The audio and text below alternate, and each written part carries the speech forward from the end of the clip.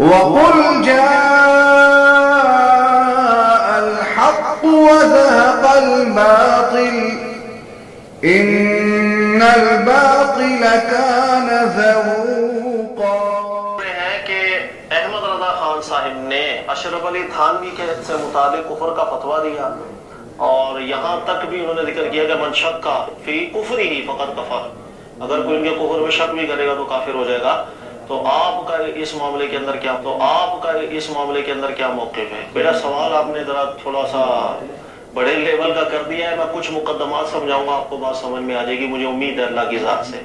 دیکھیے گا، بہت سی کتابیں اور بہت سے علماء ایسے ہیں کہ جنہوں نے ایک دوسرے پر کومنٹس کیے ہوتے ہیں، کسی کے سامنے کوئی مسئلہ آیا، کوئی کسی کتاب کی عبارت ایسی آئی ہے، اس کو دیکھا، اس کو سمجھا، اس کو غلط محسوس کیا، اس حساب سے وہ فتویٰ دے دیتے ہیں۔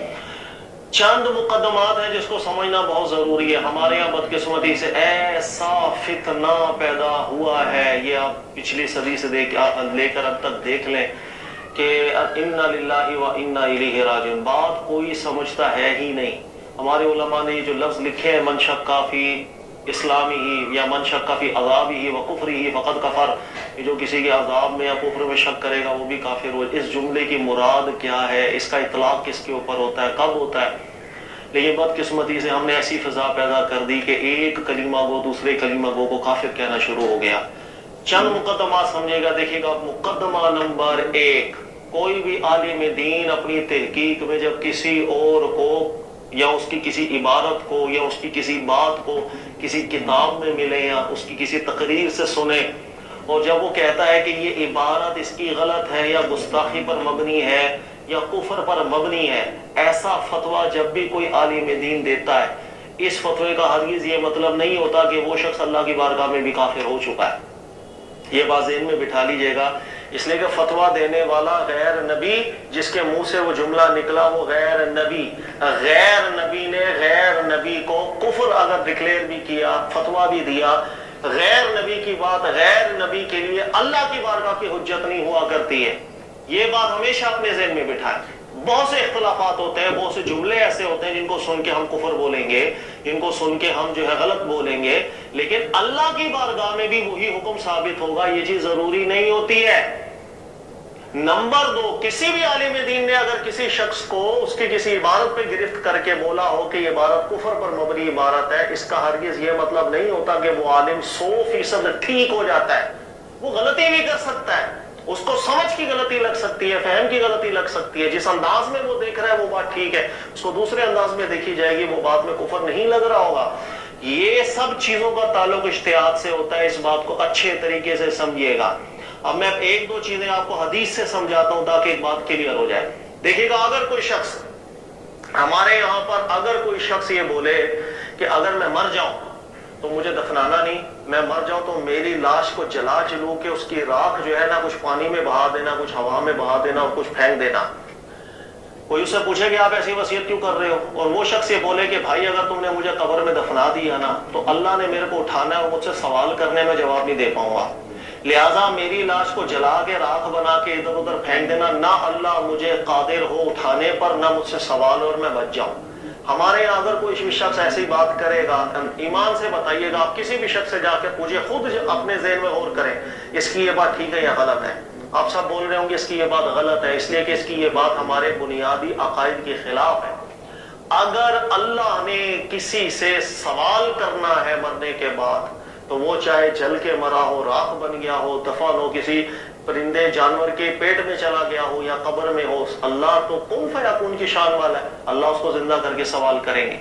لیکن اس شخص نے یہ جو جملہ بولا ہے کہ مجھے جلا کے راکھ کر دینا، پھینک دینا تو اللہ نہ مجھے اٹھائے، اس کی یہ بات ظاہراً کفر پر مبنی ہے، اس لیے کہ یہ شخص کہیں نہ کہیں یہ سوچ رہا ہے کہ میں اگر دفن ہو کے قبر میں جاؤں گا تو اللہ تو مجھے اٹھانے پر قادر ہوگا، لیکن اگر راکھ بن کے اڑا دیا جاؤں گا تو اب اللہ مجھے اٹھا نہیں پائیں گے۔ یہی ایک نظریہ نکل رہا ہے، تو یہ نظریہ ٹھیک ہے یا کفر ہے؟ آپ بولیں گے یہ نظریہ کفر ہے، لیکن میں حیران کن بات آپ کو بتا رہا ہوں۔ اللہ کے نبی صلی اللہ علیہ وآلہ وسلم سے ایک روایت صحیح طور پر ثابت ہے، امام بخاری اس کو لائے۔ اللہ کے نبی علیہ الصلوۃ والسلام ایک شخص کے بارے میں بیان کر رہے ہیں کہ اللہ نے ایک شخص کو معاف کر دیا، بخش دیا۔ وہ کون سا شخص تھا؟ اس شخص کے منہ سے کلمہ کفر بھی نکلا اور اس نے ایک بدعت کا عمل بھی کیا لیکن اللہ نے اس کو بخش دیا. کیا واقعہ ہوا؟ اللہ کے نبی علیہ الصلوۃ والسلام فرما رہے ہیں کہ ایک شخص تھا, اس نے وصیت کی اپنے بچوں کے سامنے کہ جب میں مرنے لگوں تو میں جب مر جاؤں تو میری لاش کو دفنانا نہیں, جلا کے راکھ بنا دینا, راکھ کچھ ادھر اڑا دینا, کچھ پانی میں پھینک دینا. اور یہی جملہ کہا کہ اگر اللہ نے میرے کو اٹھا لیا تو میں جواب نہیں دے پاؤں گا, میری زندگی میں گناہ بہت ہے. یہ جو جملہ جس شخص نے کہا, مر گیا, اس کے بیٹوں نے وصیت پر عمل کی, اسی طرح کر دیا. اللہ رب العزت نے اس کو پھر بھی زندہ کیا اور اللہ نے پوچھا کہ تو نے ایسی وصیت کیوں کی تھی؟ اس شخص نے جواب دیا, اللہ بس تیرا خوف میرے دل میں آ گیا تھا, میری زندگی میں کچھ اعمال ایسے رہے تھے کہ میں ڈر گیا تھا کہ میں تیری بارگاہ میں اس کا کیا جواب دوں, اسی ڈر کی کیفیت میں نے یہ وصیت کر دی بچوں کو.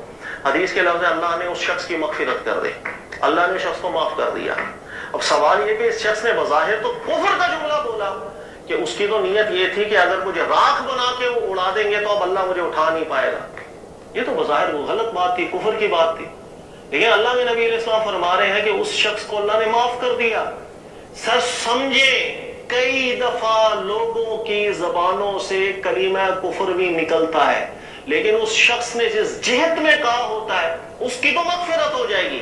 لیکن کسی عالم دین سے مسئلہ پوچھیں گے, وہ بظاہر ظاہر کو دیکھ کے یہی فتویٰ لگائے گا کہ یہ بات غلط ہے, اس بات کا ظاہری معنی قرآن سے کلیش کر رہا ہے, اس بات کا ظاہری اطلاق قرآن کے خلاف ہے.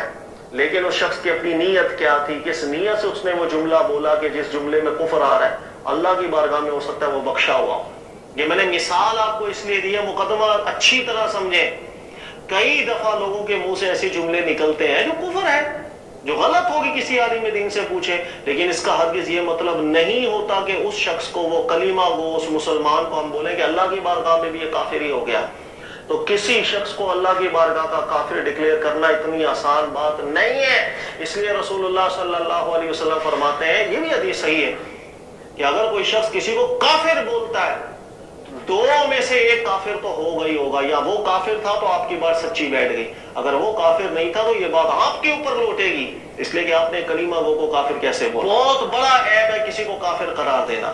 دوسری بات ذہن میں رکھیے گا کہ کبھی کبھی کسی عالم دین سے کوئی اس کی کتاب میں کوئی ایسا جملہ آ جاتا ہے یا اس کی تقریر میں کوئی ایسا لفظ آ جاتا ہے جس کی بنیاد پر آپ, کوئی ایک عالم تحقیق کر کے بولتا ہے میرے نزدیک یہ عبارت کفر پر مبنی ہے, وہ کفر کا فتویٰ بھی دیتا ہے.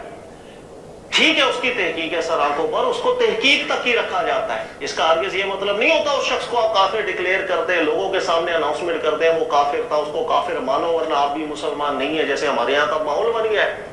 اس کی وجہ یہ ہے کہ بڑے بڑے مسئلوں کے اندر یہ کوئی مسئلہ نہیں ہے. اشرف علی تھانوی کے حوالے سے کہ اس کی کتابوں کی جو عبارتیں احمد رضا خان صاحب نے نکالی اور اس پر گستاخی کا فتویٰ دیا, ایک عالم نے ان کی تحقیق, اللہ تعالیٰ انہیں اجر دے, اور جو عالم سچے دل سے تحقیق کرتا ہے اللہ اجر دیتا ہے. کوئی مسئلہ نہیں, غلطی ہر ایک سے ہوتی ہے. لیکن اس سے بڑی بات میں آپ کو بتا رہا ہوں, یہاں اشرف علی تھانوی صاحب کی تو ایک عبارت ہے جس کو نکال کر کے حفظ الایمان کی عبارت ہے کتاب کی, جس پر فتویٰ دیا گیا کہ یہ گستاخی پر مبنی عبارت ہے, کفر پر مبنی عبارت ہے. اس سے بڑی بات میں آپ کو بتاؤں, ایک شخص گزرا تھا منصور حلاج, جس کے بارے میں مشہور تھا اس نے خدائی دعویٰ کیا, اور ایک اور بزرگ ہے شمس تبریز, مشہور ہے, ان کے بارے میں بھی یہی منقول ہے, خدائی دعویٰ کرتے ہیں میں خدا ہوں.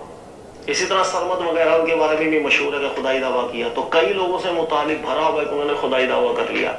منصور حلاج سب سے پہلا شخص تھا جس نے خدائی دعویٰ کر لیا, اور خدائی دعویٰ کر کے بھئی میں خدا, یہ بات مشہور ہوئی, علماء تک گئی, علماء نے کفر کے فتوے دیے, حاکم اسلام تک بات چلی گئی, حاکم اسلام نے اس کو پکڑ لیا, اور چونکہ جو مرتد ہو جائے آپ کو معلوم ہے ہمارے دین میں اس کی سخت سزا ہے, اس کو بہت قائل کرنے کی کوشش کی منصور حلاج کو, وہ قائل نہیں ہوا, آخرکار اس کو سزا کے طور پر اس فتنے کو بٹھانے کے لیے حاکم نے قتل کروا دیا. منصور حلاج خدائی یہی کتابیں بھر لے اور پڑھ لے جتنی کتابیں بھی ہیں, تو علماء کو پڑھ لے, فقہ حنفی شافعی مالکی حنبل سب نے بالاتفاق طور پر فرمایا کہ بالکل کفر ہے خدائی دعویٰ کرنا. لیکن حیرت والی بات ہے کہ منصور حلاج نے خدائی دعویٰ کیا, علماء نے اس پر فتوے دیے کفر کے, اس کو مرتد ہونے کی بنیاد پر حاکم نے قتل بھی کر دیا. لیکن یہی احمد رضا خان صاحب منصور حلاج کا دفاع کرتے ہیں کہ وہ کافر نہیں تھا. کیسے دفاع کر رہے ہیں؟ میں آپ کو ریفرنس دیتا ہوں کہ آپ جلد نمبر 14 فتاوی رضویہ لیجئے گا اور اس کا صفحہ نمبر 682 کھولیے گا, اس میں ایک سوال ہے, اور سوال کرنے والے نے سوال کیا کہ حضرت منصور شمس تبریز اور سرمد نے ایسا لفظ کہا جس سے خدائی ثابت ہوتی ہے تو دار پر آئے اور کھال کھینچی گئی، یعنی ان کو سزا دی گئی اور قتل کروا دیا گیا، مار دیا گیا، لیکن وہ ولی اللہ گنے جاتے ہیں۔ اور فرعون نے خدائی دعویٰ کیا، حامان نے خدائی دعویٰ کیا، نمرود نے خدائی دعویٰ کیا، تو وہ جہنم میں گئے۔ کیا فرق ہے؟ اب یہاں جواب دیکھیے گا، جواب دے رہے ہیں ان کافروں نے خود کہا تھا تو ملعون ہو گئے، جہنمی ہو گئے۔ یہ جو منصور حلاج کی بات ہے، شمس تبریز کی بات ہے یا سرمد وغیرہ کی بات ہے، انہوں نے خود نہیں کہا، اس نے کہا تھا جسے کہنا شایان شان تھا۔ آواز ان میں سے سنی گئی تھی، بس آواز ان میں سے سنی گئی تھی۔ جیسے حضرت موسیٰ کریم علیہ السلام نے جب اللہ نے کلام کیا تھا انی انا اللہ رب العالمین، تو ایک درخت سے آواز آ رہی تھی، میں اللہ نے کلام کیا تھا۔ تو حضرت فرماتے ہیں کہ وہ کلام اللہ کا تھا یا درخت کا تھا؟ وہ کلام تھا اللہ کا۔ کہہ رہے ہیں اسی طریقے سے یہ حضرات اس وقت شجرہ موسیٰ کی طرح ہوتے ہیں کہ وہ ایک درخت کی مانند تھے، کہ ان میں سے جو بات تھی وہ بات ان کی نہیں تھی، بات تھی رب کی۔ یہ تعویل کر کے اس کو آپ نے کہا کہ کفر نہیں ہے۔ یعنی ایک شخص نے خدائی دعویٰ کر لیا، ایک شخص نے خدائی دعویٰ کیا، لوگوں نے کفر کے فتوے دیے، علماء نے کفر کے فتوے دیے۔ منصور حلاج کے بارے میں بھی علماء نے یہی لکھا تھا من شک فی کفرہ و عذابہ فقد کفر، کہ جو اس کے کفر میں شک کرے گا وہ کافر ہے، جو اس کے عذاب میں شک کرے گا وہ کافر ہے، اس لیے کہ اپنے آپ کو خدائی کہہ بیٹھا۔ حاکم اسلام نے ارتداد کی بنیاد پر اس کو قتل بھی کروایا، فتنہ ختم کرنے کی بنیاد پر اس کو قتل کروایا، سعی فی الارض، فساد کی سعی زمین میں کرنے کے جرم میں اس کو قتل کروا دیا۔ یعنی ایک واقعہ ماضی میں اتنا ہو چکا، احمد رضا خان صاحب باوجود اس کے کہ علماء نے ایک شخص پہ کفر کے فتوے لگائے اور اس کے کفر میں شک کرنے کی بھی باتیں کی کہ اس پر بھی کفر جائے گا، خدائی دعویٰ اس کا دفاع کریں گے ایک جگہ پر، تو کیا مطلب ہے کہ ان پر کفر آ جائے گا؟ میں مقدمہ سمجھا رہا ہوں، اس کو سمجھیے گا۔ علماء کی تحقیقات آپس میں ہوتی ہیں، ایک عالم نے دوسرے کے جملے پر گرفت کی، ایک عالم نے دوسرے کی عبارت پہ گرفت کی، اس کا یہ مطلب نہیں ہوتا کہ کسی عالم نے فتویٰ دیا تو وہ اللہ کی بارگاہ میں کافر ہو گیا۔ یہ مطلب کہاں سے نکالنا شروع کر دیا؟ ورنہ پھر ان کے بارے میں آپ حکم بیان کریں احمد رضا خان صاحب کے بارے میں کہ ایک شخص نے اللہ کا دعویٰ کر دیا، خدا ہونے کا دعویٰ کر، اس کا دفاع کرے، اور دفاع کے اندر آپ یہ بولیں کہ اپنی بات اللہ کی تھی، یہ شجر موسیٰ کی مانند، یہ بات کہاں سے ثابت ہے کہ اس وقت اللہ کی بات تھی؟ اس پر ثبوت تو چاہیے نا۔ بھائی حضرت موسیٰ علیہ السلام سے اللہ نے کلام کیا، اس پر قرآن ثبوت ہے، لیکن ان کے جسم سے اللہ نے کلام کیا تھا، اس بات کا ثبوت بتا دیں آپ کیا ہے؟ لیکن تعویل کی تو سب سمجھانا مقصود یہ ہے کہ علماء کی جو آپس کی بحثیں ہوتی ہیں، کسی عالم نے کسی کی عبارت پہ گرفت کی، اس پر کفر کا فتویٰ، اس کا یہ مطلب نہیں ہوتا کہ اللہ کی بارگاہ میں بھی سب کافر ہو گئے۔ یہ ایک علمی تحقیقات ہے، اس کو اتنا ہی رکھنا چاہیے۔ ورنہ جو بات میں نے آپ کو کی منصور حلاج کے بارے میں، یعنی ایک شخص خدائی دعویٰ کرے میں اس کا دفاع کروں، اور ایک شخص کی کتاب کی عبارت میں کوئی کلمہ مجھے اچھا نہیں لگا، میں بولوں انداز اچھا نہیں تھا رسول اللہ صلی اللہ علیہ وسلم کی مبارک اولا بارگاہ میں گفتگو کرنے کا، کفر کا فتویٰ دیا، تو اس سے میں مراد لوں کہ اللہ کی بارگاہ میں بھی کافر ہو۔ ایسا فتنہ پیدا ہوا، اب 100 سال اٹھا کر کے پڑھ لے کہ ایک مسجد ہے یہاں پر ایک مسلک کی، دوسری مسجد ہے دوسرے مسلک کی، ایسا اس مسجد میں جانے کو ایسا سمجھتا ہے جیسے مندر کے اندر چلے گئے۔ ایسی شدت نہیں پیدا کی، اختلافات ہوتے رہتے ہیں، علمی تحقیقات۔ امام بخاری پر کفر کے فتوے علماء نے دیے، ان کی کئی حدیثوں کی بنیاد پر کہ جس میں کفر کا مواد آ گیا، علماء نے کہا کہ غلط ہے، اس کو ماننا کفر ہے۔ تو اس کا کیا مطلب؟ امام بخاری کو اللہ کی بارگاہ میں کافر ہو گیا تھا۔ امام مسلم نے امام بخاری پر بدعت کا فتویٰ دیا تھا، یہ بدعتی شخص ہے بخاری، تو اس کا کیا مطلب؟ اللہ کی بارگاہ میں وہ بدعتی ہو گیا تھا۔ بخاری کی تو تعریفیں کرتے پھرتے ہیں ہم لوگ، ان کی کتاب کی تعریفیں کرتے پھرتے ہیں۔ تو علماء جو آپس میں بیٹا فتوے دیتے ہیں، جو ایک دوسرے کے اوپر گرفت کرتے ہیں، یہ علماء کی بحثوں تک کی ہوتا ہے، اللہ کی بارگاہ کے فیصلے نہیں ہو جاتے ہیں۔ یہ ہمارے یہاں بدقسمتی آج یہ ہو گئی ہے پاکستان کے اندر، انا للہ و انا الیہ راجعون، کسی مسجد کا امام ایسا ہو کہ وہ امام صاحب اگر یہ بول دیں کہ یار حفظ الایمان میں اشرف علی تھانوی صاحب کی جو عبارت ہے جس پہ گرفت کی ہے احمد رضا خان صاحب نے، اس عبارت میں میرے پاس واضح تعویل موجود ہے، میں اس کو نہیں قرار دیتا کہ اس بنیاد کے اوپر آپ کسی کو کافر بولیں، کیونکہ وہ ایک سیاق و سباق ایسا چل رہا ہے کہ جس کے اندر یہ تو کہا جا سکتا ہے، اس سے زیادہ مناسب اور اچھے الفاظ استعمال کر لیتے، لیکن یہ ہم کہتے ہیں کہ بندہ ہی کافر ہو گیا، وہ ایسے شخص کو امام بھی نہیں رکھا جائے گا، اس شخص پر بھی کفر کا فتویٰ دے دے گا، تو نے شک کر دیا اشرف علی تھانوی کے کفر میں، یعنی اشرف علی تھانوی کو کافر اس درجے میں ہم نے بنا دیا جیسے فرعون کافر ہے، کہ جو فرعون کو کافر نہ مانے مسلمان نہیں رہتا، جو اشرف علی تھانوی کو کافر نہ مانے وہ مسلمان نہیں رہتا۔ خدا کا خوف کرے، شرم کرے، حیا کرے کہ اشرف علی تھانوی کو کافر کہنا ضروریات دین کے اندر آپ نے ٹھہرا دیا ہے۔ آج کلمہ آپ لوگوں کا شاید یہ بن گیا ہے کہ لا الہ الا اللہ محمد رسول اللہ، کہ رسول اللہ اللہ کے رسول ہے، محمد صلی اللہ علیہ کے رسول، لیکن ساتھ یہ بھی بولے کہ اشرف علی تھانوی کافر ہے. کہ آپ کے مسلک میں کوئی آپ کے مدرسے میں پڑھانے والا کوئی شخص اگر بولے اشرف علی تھانوی میں اس کی عبارت میں تعویلیں کرتا ہوں، آپ اس کو نکال دیتے ہیں اپنے مدرسوں سے. کچھ شرم ہی نہیں ہے ہمارے دل و دماغ. لیکن خود منصور حلاج جیسوں کا دفاع کرے، علماء نے کفر قرار دیا. ارے اتنا تو بولو ہاں منہ سے کلمہ کفر نکلا نہیں، ہم نے منہ سے بھی کہنا ہے کہ نہیں وہ اللہ کا کلام نکلا. اور خود دوسری جگہ پر احمد رضا خان یہ بھی بیان کرے جو دعویٰ کرے اللہ سے کلام کرنے کا کافر ہو جائے، اور یہاں پر اس کو اللہ کا کلام بھی قرار دے.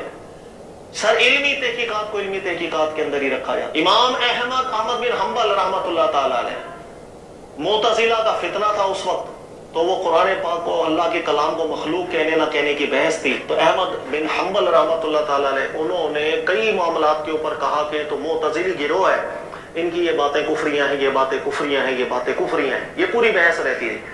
اچھا امام احمد بن حنبل صاحب حج پہ گئے، اور حج پہ گئے تو وہاں مینا کے اندر جو امام تھا وہ تھا معتزلی. امام احمد بن حنبل نے پیچھے ہی نماز پڑھی. نماز پڑھ لی تو آپ کے جو دوست احباب تھے ساتھ، وہ شاگرد جو تھے انہوں نے پکڑ لیا، کہا احمد بن حنبل صاحب تو آپ نے تو ان کی 50 باتوں کو کفر قرار دیا کہ شفاعت کا انکار کرتے ہیں اس بنیاد پر بھی کفر ہے، فلاں چیز پر بھی کفر ہے، قرآن کو مخلوق کہتے ہیں اس بنیاد پر بھی کفر ہے، اور نماز آپ ان کے پیچھے پڑھیں. تو احمد بن حنبل صاحب نے بھی ان کو سمجھایا کہ کسی بات کو کفر کہنا بہت الگ بات ہو. اللہ کی بارگاہ کے فیصلے ہم تھوڑی کر رہے ہیں، ان کے پیچھے استدلال ہے، وہ غلطی کر رہے ہیں. ہمارے نزدیک وہ استدلال کفر پر مبنی بن رہا ہے بس. تو ایک غیر نبی پہ کفر کا فتویٰ دے گا، اس کا ہرگز یہ مطلب نہیں ہوتا کہ اللہ کی بارگاہ میں بھی لوگ کافر ہونے لگ گئے. کوئی حیا کیا کرے. آج بھی کوئی عالم دین ہے، ہزاروں لوگ ہیں اشرف علی تھانوی کی اس عبارت کے اوپر وہ تعویل کرتے ہیں، وہ کہتے ہیں کہ بات کانٹیکسٹ وائز کچھ اور چل رہی ہے، آپ کو نہیں سمجھ میں آ رہی، نہ سمجھ ہے. آپ اتنا تو بولے ہاں بھی تحقیق ہے کہ ایک عالم دین نے اس عبارت کو کفریہ عبارت قرار دیا، دوسرے عالم کے نزدیک کوئی عبارت کفریہ نہیں ہے، بات ختم ہو گئی بات.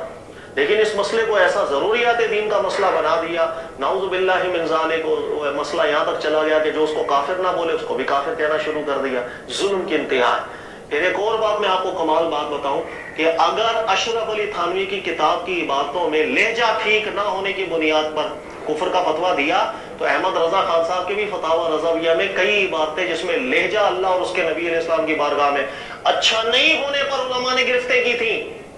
پھر میں یہ باتیں کیوں لوگوں سے چھپا؟ اس لیے کہ تحقیق ہے، تحقیق میں سب ہوتا ہے، تعریف بھی ہوتی ہے، تنقید بھی ہوتی ہے.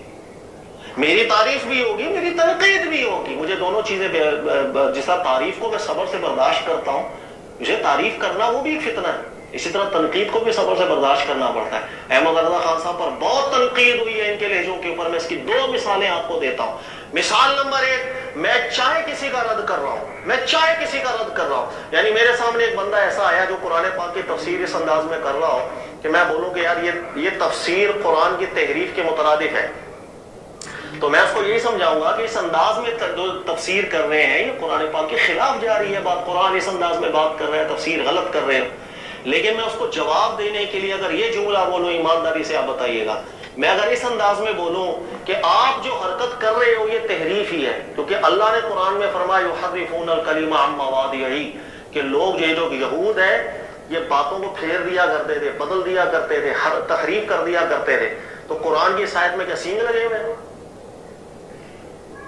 یعنی قرآن کی آیت میں کیا سینگ لگے ہوئے ہیں؟ اس لہجے کے اندر اگر میں آپ سے گفتگو کروں گا تو آپ کیا ہر ایک بندہ، ہر ایک مومن وہ کھڑا ہو کے بولے گا کہ سر آپ بالکل غصے میں ہیں سر آنکھوں پہ، لیکن یہ گفتگو کا انداز آپ کا ٹھیک نہیں ہے. یہ کیا بات ہے کہ کیا قرآن کی آیت میں سینگ لگے ہوئے ہیں؟ یہ کیا بات کر رہے ہیں؟ یہ اللہ کا کلام ہے.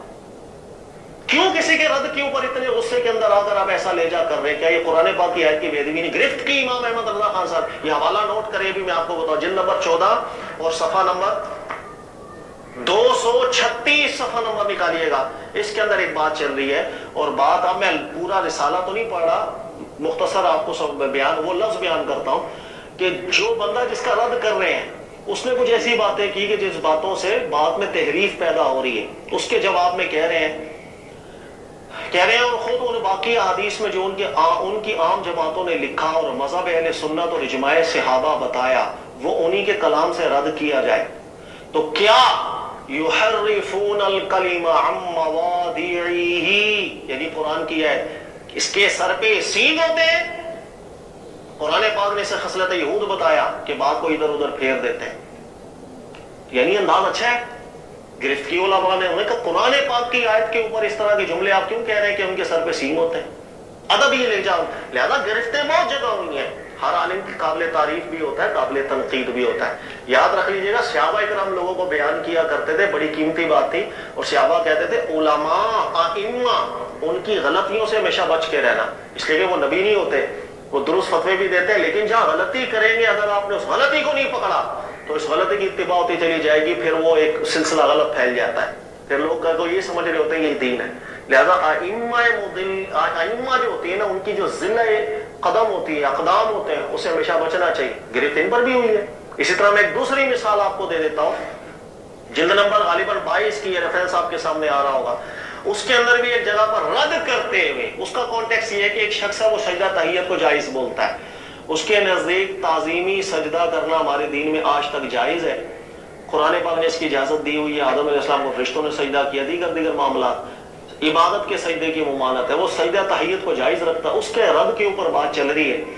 اب وہ بھائی کسی کے بھی رد کے اوپر بات چل رہی ہو, ایک انسان کا لہجہ ہوتا ہے. دیکھیے گا, اگر میں مثال سے سمجھاؤں آپ کو, میں آپ کو بیان کر رہا ہوں, اگر آپ نے میرے سامنے ایک دلیل دی اور نہایت فضول قسم کی دلیل دی, اور میں اس دلیل کو کہتے ہوئے یہ بولوں اچھا ابو بکر صدیق رضی اللہ تعالیٰ عنہ کے سامنے یہ بات ہوئی تھی, کیا ابو بکر صدیق کی عقل اتنی بھی نہیں تھی جو اس بات کو سمجھے جو آپ سمجھ گئے؟ ابو بکر صدیق کی عقل اتنی موٹی تھی, آپ سمجھ گئے وہ نہ سمجھے. آزاد ابو بکر صدیق کی مت اتنی ماری گئی تھی کہ آپ سے بھی زیادہ. یہ میرے جملے آپ بولیں گے نہیں کسی صحابی کی بھی شایا نشان, کیسے گفتگو کر رہے ہیں یہ؟ آپ کیا لہجے کے اندر رد کر رہے ہو کسی کا؟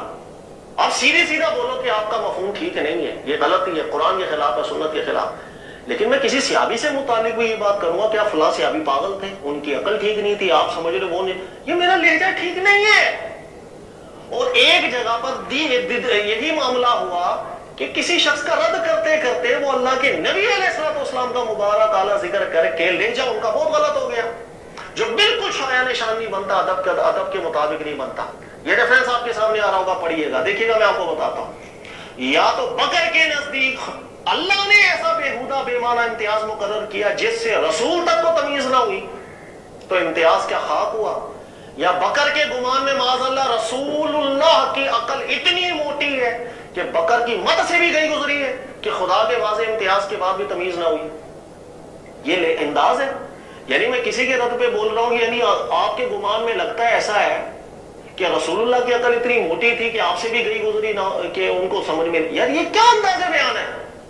یا آپ رسول اللہ صلی اللہ علیہ وسلم کی مبارک اعلیٰ بارگاہ میں گفتگو کر رہے ہو. اللہ فرماتا اللہ تعالیٰ دعا رسول بینکم کا دعا عبادکم بعدا, جیسے آپس کی گفتگو ہوتی ہے پکارنے کی, اللہ کے نبی علیہ السلام کی اعلیٰ مبارک بارگاہ میں ایسا لہجہ نہ رکھا کرو.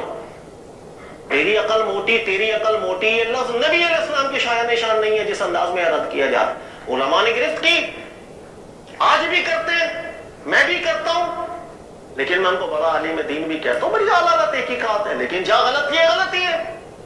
اسی طریقہ کار سے اشرف علی تھانوی صاحب عالم دین تھے, ان کی جہاں غلطی ہے. تنقید ہوتی ہے ادب کے دائرے میں, تعریف ہوتی ہے ادب کے دائرے کے اندر. جہاں تحقیقات اعلیٰ درجے کی ہے, سبحان اللہ, جہاں عبارت ٹھیک نہیں آئی آپ کہتے ہیں عبارت ٹھیک نہیں ہے, اس کا ظاہر ہے یہ معنی دے رہا ہے, یہ غلط ہے, اس میں یہ تعویل ہے, یہ عبارت عوام کے سامنے نہ لاؤ. لیکن اس بنیاد پر آپ نے اللہ کی بارگاہ کا ایسا کافر بول دیا کہ اس کو جو مسلمان سمجھے وہ بھی کافر ہو گیا. یہ فتنہ اور فساد ہمارے دور کا ہے. اس فتنہ و فساد کو نہیں ختم کر سکتے جب تک اہل علم ان اپنی بنیاد ٹھیک کر کے خود سمجھ کے کسی معاملے کو اچھے طریقے سے وہ قدم نہ اٹھائے. لوگوں کو علماء نہیں سمجھانا, میں ہی لوگوں کو اگر یہ سمجھاؤں گا کہ جو اس کے کفر میں شک کرے گا کافر ہو جائے گا, اس عبارت کی بنیاد پر کہ وہ جو فقہا کی عبارت ہے من شک فی عذابہ و کفرہ فقط, یہ عبارت منصور حلاج کے بارے میں بھی علماء نے کہی. پھر اس کا دفاع احمد رضا خان صاحب نے کیا, تو ان کے بارے میں کیا حکم شرعی ہے؟ کوئی عبارت ایک الگ معنی دیتی ہے, اس کو کہاں سے اٹھا کر کہاں رکھ دینا. انا للہ و انا الیہ راجعون. بیٹا لہذا آپ نے پوچھا, اس کا خلاصہ یہ ہے, خلاصہ یہ کہ بیٹا اللہ کے نبی صلی اللہ علیہ وسلم کے بعد عصمت کسی کو ثابت نہیں, نہ مجھے, نہ بیٹا آپ کو, نہ کسی اور کو, نہ کسی عالم کو. دنیا میں ہر انسان ایک مرحلے کے اوپر ہے, رسول اللہ صلی اللہ علیہ وسلم کے بعد صحابہ کرام کی اعلیٰ ذاتیں بھی اسی حکم میں داخل ہیں. ہر بات ٹھیک نہیں، غلطی ہوتی ہے. لہذا رسول اللہ صلی اللہ علیہ وسلم کے صحابہ کا آپس میں اختلاف ہوا، کسی ایک کا مسئلہ، دوسرے صحابی نے کہا غلطی ہے. اس میں کیا مسئلہ ہو گیا؟ حضرت عمر فاروق، بخاری کی روایت ہے، حضرت عمر فاروق نے ایک دفعہ قانون بنایا مہر کے حوالے سے. ایک خاتون کھڑی ہو گئی، کہا کہ قرآن کے خلاف ہے. جس وقت غور و فکر کیا عمر فاروق نے تو کہا کہ آج تو ایک عورت بازی لے گئی. تو عمر فاروق سے غلطی ہوئی. اتنے بڑے نبی علیہ السلام کے ساتھ رہنے والے، رسول اللہ صلی اللہ علیہ وسلم جنگیں کرنے والے، قرآن جن کے سامنے نازل ہوا، نبی علیہ الصلوۃ والسلام کے براہ راست جنہوں نے دین سیکھا، غلطی کر گئے. تو اس میں کیا فرق؟ ہر ایک انسان سے غلطی ہوتی ہے، عالم سے بھی ہوگی، بڑی بڑی ذاتوں سے بھی ہوتی ہے، کیونکہ نبی کوئی نہیں. اس کے بعد اہل بیت رسول صلی اللہ علیہ وسلم کو دیکھیں. رسول اللہ کی اہل بیت کے آپس میں اختلافات ہوئے ہیں، بڑے بڑے مسئلوں پر اختلافات ہوئے ہیں. ایک نے دوسرے کو غلط کہا، دوسرے نے ان کو غلط کہا. بخاری کی حدیث دیکھیے گا، آل بیت رسول پاک علیہ السلام میں سے حضرت عبداللہ ابن عباس نکاح متعہ کو جائز کہتے تھے، حضرت علی منع کرتے تھے. حضرت علی ہاتھ پکڑ پکڑ کے عبداللہ ابن عباس کو کہتے تھے نبی علیہ السلام نے منع کیا. عبداللہ ابن عباس نہیں قائل ہوتے تھے، جائز ہے، ان کے باپ نے دلائل تھے. تو آل بیت رسول پاک علیہ السلام میں بھی اختلاف ہوا. ایک ٹھیک ہے غلط تو ہوگا، ایک موقف میں ایک ہی بات ہوگی نا، ایک ٹھیک ہے غلط تو ہوگا. اسی طریقے سے دیگر معاملات کے اندر بھی حضرت علی رضی اللہ تعالیٰ عنہ نے اپنی خلافت کے دور میں کچھ لوگوں کو بطور سزا کے جلا دیا تھا. اس پر بھی حضرت عبداللہ ابن عباس نے اختلاف کیا، کہا کہ رسول اللہ صلی اللہ علیہ وسلم نے آگ کی سزا دینے کی اجازت نہیں دی. اللہ کے نبی علیہ السلام نے منع، ہم ہوتے حضرت علی کی جگہ اگر ہم ایسا کام نہ کرتے، سزائے موت ہو جاتی، بس اس کے بعد جلایا نہ جاتا. اختلاف ہو گیا تھا. تو اس کی کیا کریں؟ مطلب اس کا کیا ہے کہ وہ نفرتیں تھی آپس میں؟ کوئی نفرتیں نہیں تھی. علماء کے اختلافات ہوتے ہیں، اور صحابہ کے آپس میں ہوئے، تابعین کے آپس میں ہوئے، مجتہدین کے آپس میں ہوئے. امام ابو حنیفہ جیسا مجتہد کئی مسائل میں اختلاف کرتے ہیں، امام شافعی، مالک، حنبل، ان کے استدلالات سے مختلف ہوتے ہیں، وہ ان سے اختلافات کرتے ہیں. امام ابو حنیفہ استاد ہیں، ان کے شاگرد ہیں امام ابو یوسف اور امام محمد. ان شاگردوں نے اپنے استاد سے اختلافات کیے ہیں، لیکن ادب بھی رہا، احترام بھی رہا، اعتراضات بھی ہوتے چلے گئے، تنقید بھی ہوتی رہی، تعریف بھی ہوتی رہی. اس لیے کتابیں پڑھیں، امام ابو حنیفہ کی تعریف کی بھی بھری ہوئی ہیں، تنقید کی بھی بھری ہوئی ہیں. امام شافعی سے متعلق تعریف کی بھی بھری ہے، تنقید کی بھی بھری ہے. ارے امام بخاری سے متعلق پڑھ لیں، تعریف کی بھی پڑھی ہے، تنقید کی بھی پڑھی ہے. امام مسلم بدعتی کہتا تھا بخاری کو، بخاری بدعتی ہے. نمبر 2، کئی علماء نے تو بڑی بڑی باتیں کی ہیں، تنقید بھی ہے، تعریف بھی ہے. ہر عالم دین سے متعلق تعریف بھی ہے، تنقید بھی ہے. لہذا کسی بھی عالم کا تحقیق کرنا، کسی عالم کی عبارت پہ گرفت کرنا سرآنکھوں پر، اس کو اسی جہت میں دیکھا جائے گا. لیکن غیر نبی کے بارے میں فتویٰ دے، اس کو آپ اللہ کی بارگاہ کے فیصلے قرار دینا شروع کر دیں، امت کو بانٹنا شروع کر دیں، امت میں تفریقہ پیدا کرنا شروع کر دیں. انا للہ و انا الیہ راجعون. بدقسمتی ہمارے یہاں یہی ہے. کئی علماء ایسے جو تعویل کرتے ہیں اشرف علی تھانوی کی عبارت میں. بلکہ ایک اور کمال بات میں آپ کو بتاؤں، کئی علماء تو یہ کہتے ہیں فتاوی رضاویہ میں حفظ الایمان کی جو عبارت نقل کی ہے وہ عبارت ہی ٹھیک نقل نہیں کی ہے. یہ بھی میں آپ کو حیرت والی بات بتاؤں، فتاوی رضاویہ میں کئی جگہوں کے اوپر حفظ الایمان کی عبارت اس انداز میں کوڈ کی گئی ہے کہ کئی لوگ یہ کہتے ہیں کہ جیسا علم رسول اللہ صلی اللہ علیہ وسلم کو ہے ایسا جو ہے نا وہ نعوذ باللہ پاگلوں کو ہے یہ عبارت. حالانکہ اس عبارت کو وہاں پڑھے جو وہ عبارت یہ نہیں ہے. کئی علماء اس پر بھی اعتراض کرتے ہیں. تو یہ علمی اختلاف رہا ہے، تو اس میں پریشان نہیں ہوتے ہیں. بس سمجھنے کی بات، علماء کی تحقیقات کو تحقیقات میں رکھتے ہیں. لڑائی جھگڑے کر کے فساد